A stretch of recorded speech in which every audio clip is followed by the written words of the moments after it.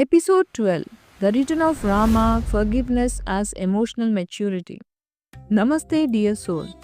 Welcome back to Shri Speaks Mythology Meets Psychology. I am Jo, and today we witness a return, not just of a king, but of a consciousness, a way of being that transforms pain into peace. We witness Rama not in battle but in grace. After 14 years of exile, after war, betrayal, and heartbreak, Rama returns to Ayodhya, but he doesn't return with bitterness. He returns with balance. He doesn't punish those who doubted him.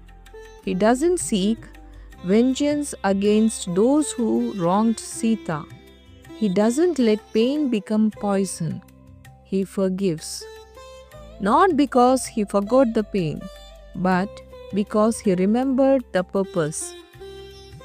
Modern psychology tells us forgiveness is not forgetting, it's releasing the grip of resentment. It's not saying it's okay, it's saying I choose peace. Forgiveness is emotional maturity. It's the ability to feel the wound and still choose healing. It's not about erasing the past, it's about reclaiming the present. Rama forgives not because he is weak, but because he is wise. He knows revenge is loud, but grace is lasting.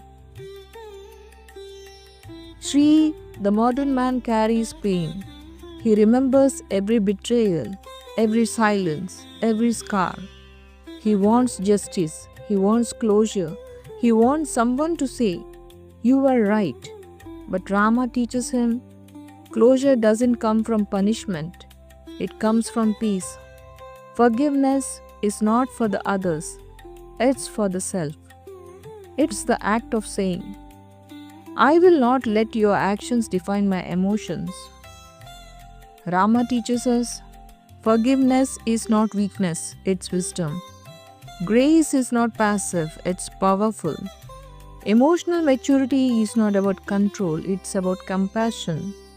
Healing begins when ego ends. Leadership is not about domination, it's about dignity. So, if you are holding on to hurt, pause, breathe, ask, what I am carrying that no longer serves me? What would change if I forgave not for them but for me? Because forgiveness is not forgetting, it's remembering who you are beyond the pain. Next episode will explore the coronation of Rama, not as a political event, but as a spiritual metaphor.